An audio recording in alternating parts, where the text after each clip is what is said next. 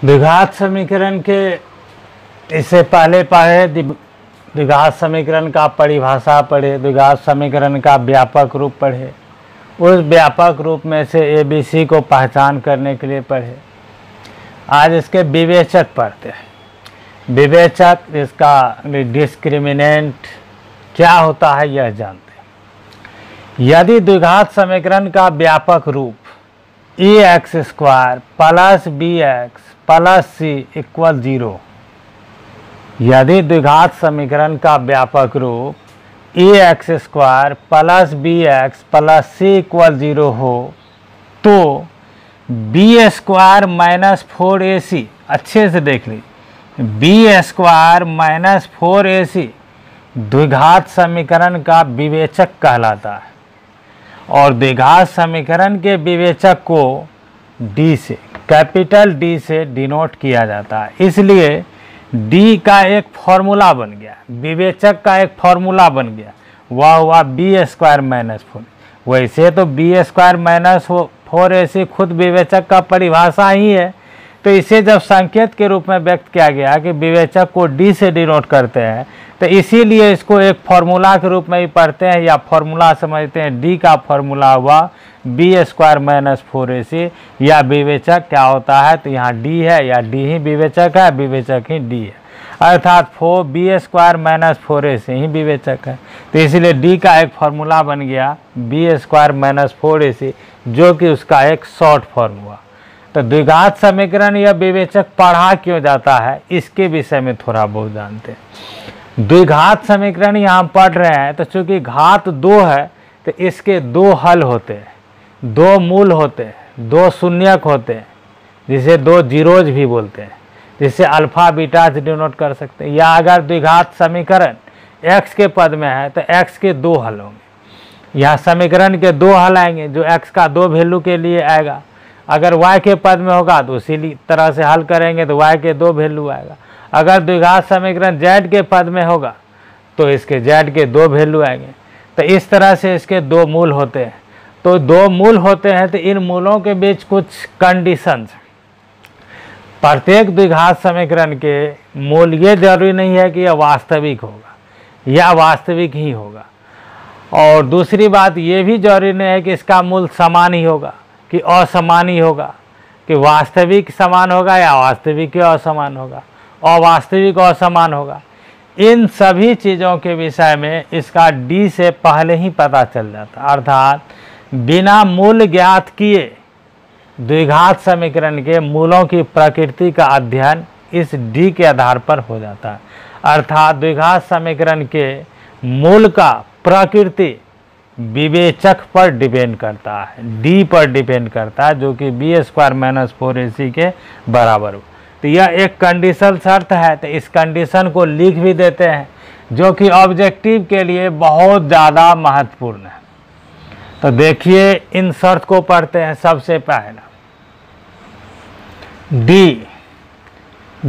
Is greater then 0। देखिए objective में D is greater then 0 ऐसे भी लिखा रह सकता है, या जरूरी है कि यही ना हो करके ऐसा भी हो सकता है कि D के जगह पर मान ही उस चीज़ का बैठा दिया जाएगा जो पढ़े हैं अभी, b² - 4ac is greater then. देखिए अच्छे से इस पर ध्यान रखिए, D इज ग्रेटर देन 0 हो या b² - 4ac is greater then 0, ये बात बराबर है। यहाँ समझ में अच्छे से आना चाहिए। ऑब्जेक्टिव में ये भी प्रश्न आ सकता है, ये भी प्रश्न आ सकता है। अगर D इज ग्रेटर देन 0 होगा तो पूछा जाएगा इसका मूल की प्रकृति, या b² - 4ac is greater then 0 है तो इसके मूल की प्रकृति। यही नहीं, इसे और एक पढ़ लिया जाए तो और भी ज़्यादा बेटर होगा। b² - 4ac is greater then 0 है तो इन असमीका के रूप में हम लोग ऐसे भी इसे लिख सकते हैं b² is greater than 4ac, इसे b² is greater than 4ac भी लिख सकते हैं। तो यह अब साफ साफ क्लियर हुआ कि ये तीनों शर्त में से कोई भी ऑब्जेक्टिव के रूप में आ सकता है, और जब पढ़ रहे हैं तो हमें सभी शर्त को अच्छे से जान लेना जरूरी है ताकि ऑब्जेक्टिव बनाने में कठिनाई नहीं होगा। और वैसे भी अब ज़्यादा ऑब्जेक्टिव पूछता है एक एक ऑब्जेक्टिव महत्वपूर्ण है, एक एक नंबर बहुत महत्वपूर्ण।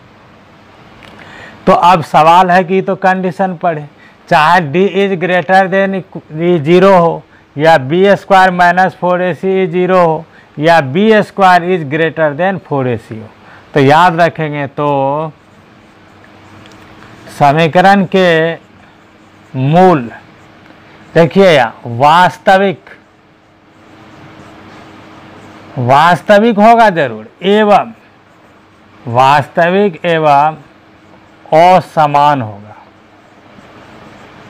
असमान होगा। फिर से क्या दोहराते हैं कि अगर d का मान 0 से बड़ा हुआ, जैसे कि अगर d हम ज्ञात करेंगे 1 आया, 2 आया, 3 आया, 4 आया, √2 आया, √5 आया, 1/2 आया, 3/2 आया, 25 आया, 50 आया, 100 आया, 500 आया, etc। ऐसे कोई भी मान आएंगे तो ये 0 से बड़ा वैल्यू हुआ। तो ऐसी अवस्था में हम मूल तो ज्ञात नहीं किए, लेकिन इसके मूल के बारे में पहले ही जानकारी हो गया। इसका मूल क्या होगा, तो वास्तविक होगा, और वास्तविक के साथ साथ असमान होगा, अर्थात x के जो दो वैल्यू आएगा वह वैल्यू दोनों अलग अलग आएगा। इसका एग्जाम्पल भी दे के दिखा देंगे, वह भी कन्फर्म कर दें। यह हुआ एक शर्त, इसे जाने। अब दूसरा यहाँ पढ़ते हैं कि अगर d का मान 0 आ जाए, ये तो पढ़े कि d 0 से बड़ा हो, तब अगर d का मान 0 आवे, तो d का मान अगर 0 आवे तो इस चीज़ को भी जैसे वहाँ पढ़े और तरह से भी इसके स्ट्रक्चर को इस तरह से यहाँ भी ऐसे पढ़ा जा सकता है, बी स्क्वायर माइनस 4ac। तो इसका अर्थ ये हुआ कि अगर बी स्क्वायर माइनस 4ac बराबर 0 भी लिखा हुआ हो एग्जाम में, या बी स्क्वायर इक्वल 4ac ऐसे यही लिखा हुआ हो, तब देखेंगे तो समीकरण के मूल क्या होंगे। तो समीकरण के जो मूल होंगे वास्तविक होंगे, वास्तविक एवं समान होंगे। समान का अर्थ ये हुआ कि x के जो वैल्यू आएंगे वह सेम आएगा, x का दो वैल्यू आएगा वह लेकिन दोनों समान होगा। जैसे x का आया तो 1/2 1/2, मान आएगा 1/3 1/3, 2 2 ऐसी आएगा। इसी को बोलते हैं वास्तविक और समान। ये हुआ दो कंडीशन। अब इसमें और भी एक कंडीशन पहले पढ़ती तो पढ़े, जब 0 से बड़ा आया तब क्या होगा, और 0 के बराबर आया तो क्या होगा। और एक पॉइंट क्या हो सकता है, जब 0 से छोटा होगा तब क्या हो, बारे में भी इसे पढ़ लेते हैं।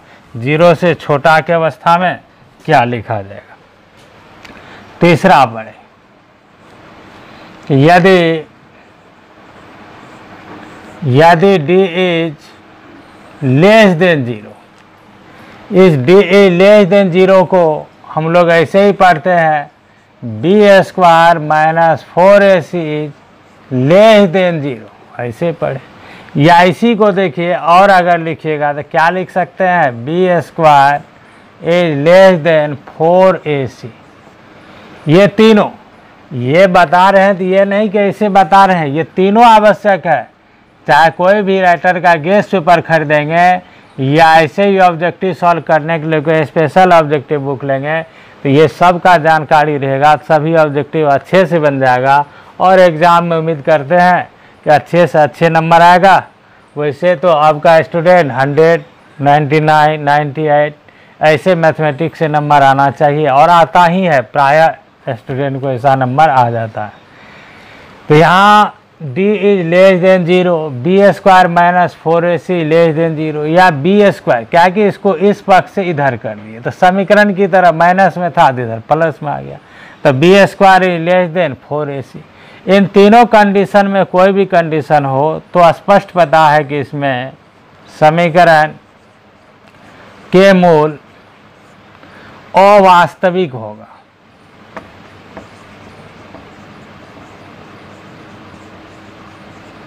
अवास्तविक, और भी एक चीज़ इसमें इंक्लूड कर देते हैं, कभी कभी पूछता है, अवास्तविक और असमान होगा।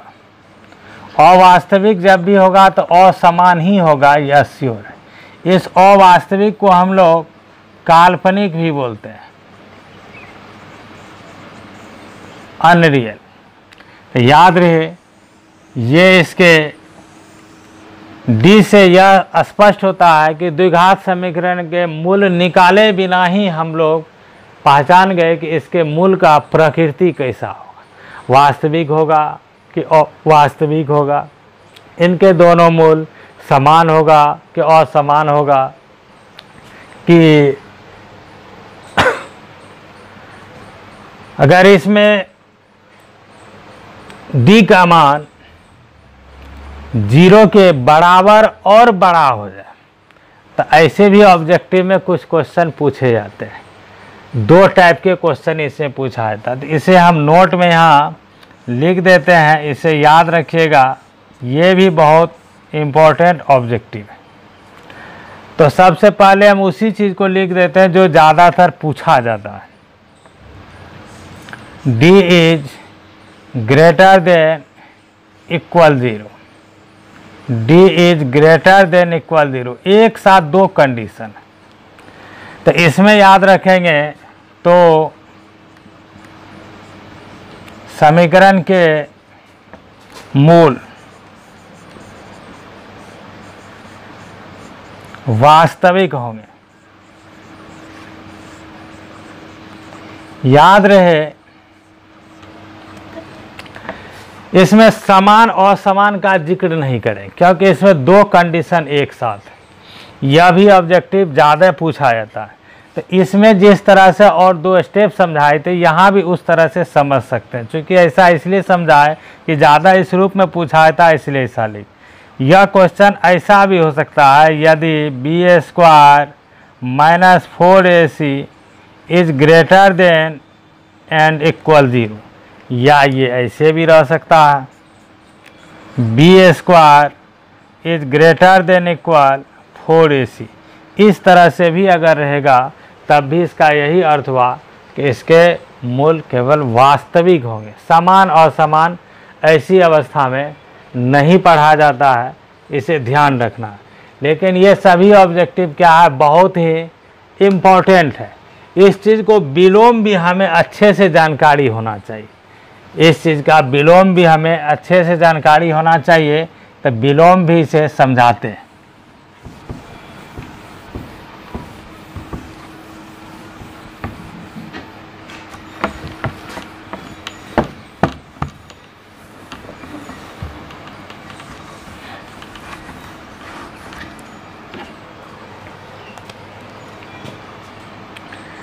विलोम का तात्पर्य हुआ कि यहाँ लिखा रहेगा मूल वास्तविक एवं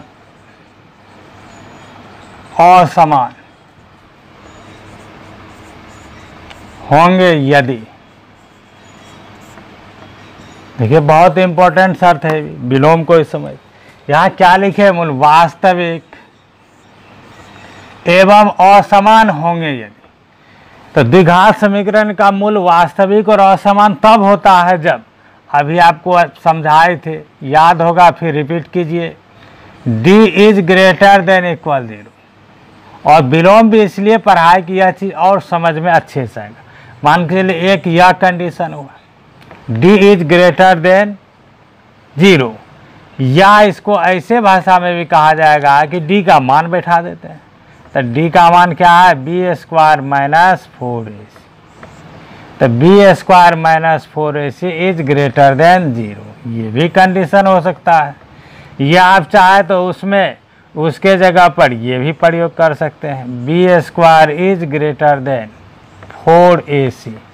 ये तीनों में से कोई भी डाल सकते हैं। या ऑब्जेक्टिव भी पूछा जाएगा मल्टीपल चॉइस, तो इनमें से कोई भी हो सकता है। हमें प्रत्येक की जानकारी रखना होगा। ऐसे मैथ पढ़ रहे हैं, पूरा बेसिकल मजबूत होगा। थ्योरी अगर पूरा मजबूत है तो मैथ में 100 में 100 या 90+ नंबर लाना बहुत ही आसान है, लेकिन थ्योरी बहुत मजबूत होना आवश्यक है। डायरेक्ट सवाल का प्रैक्टिस करने से 100 नंबर लाना थोड़ा मुश्किल होगा। इसी तरह विलोम का दूसरा पार्ट ही पढ़ते हैं। यहाँ लिखे मूल वास्तविक एवं समान। मूल वास्तविक एवं समान होंगे यदि, तो इसके मूल वास्तविक एवं समान होंगे यदि, तो कब होगा यह भी देख लीजिए। इसका तात्पर्य साफ स्पष्ट है कि d का मान जब 0 होता है तब ऐसा होता है, और यह भी प्रैक्टिकल से भी दिखा देंगे कि 0 है तो ऐसा क्या है, वह समान कैसे पढ़े, और 0 से बड़ा हुआ तो असमान है कैसे, वह दिखा भी दिया जाएगा प्रैक्टिकल करके, फुल्ली निष्कर्ष बताएंगे। या इसी को ऐसे भी समझेंगे b² - 4ac = 0, या इसी को पढ़ेंगे b² = 4ac। ये सभी बातें याद रखना है, ऑब्जेक्टिव के लिए बहुत आवश्यक है। अब इससे आगे देखिए थर्ड पार्ट, समीकरण के मूल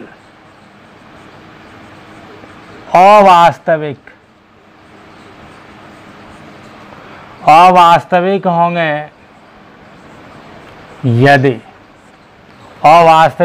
यदि, तो याद रहे d का मान क्या होगा, 0 से छोटा, या b² - 4ac जो वैल्यू है वह 0 छोटा होना चाहिए, या b² >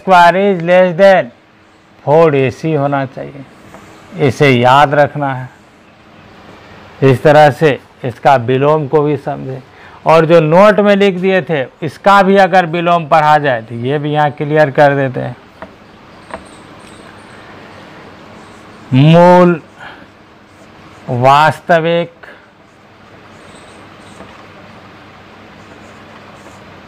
होंगे यदि, यहाँ देखिए उसे थोड़ा डिफरेंट आ गया, सब में समान असमान ऐसा जिक्र किया गया है, यहाँ सिर्फ क्या लिखा है, वास्तविक। तो याद रहे वास्तविक 2 कंडीशन में, अभी भी अगर दोबारा फिर से रिपीट कीजिएगा तो यहाँ देखिए इस कंडीशन में और इस कंडीशन में वास्तविक क्या है, कॉमन। तो कॉमन है तो यही दोनों शर्त क्या होगा, मिक्स्ड हो जाएगा। तो यह तब होगा इसका मूल वास्तविक जब d का मान 0 के बराबर भी होंगे और 0 से बड़ा होंगे, या b² - 4ac का मान 0 के बराबर होगा या 0 से बड़ा होगा, या b² = 4ac। ये तीनों शर्त कंप्लीट। इसे पूरी अच्छी तरह से समझेंगे, याद रखेंगे, जहाँ दिक्कत होगा कमेंट करेंगे।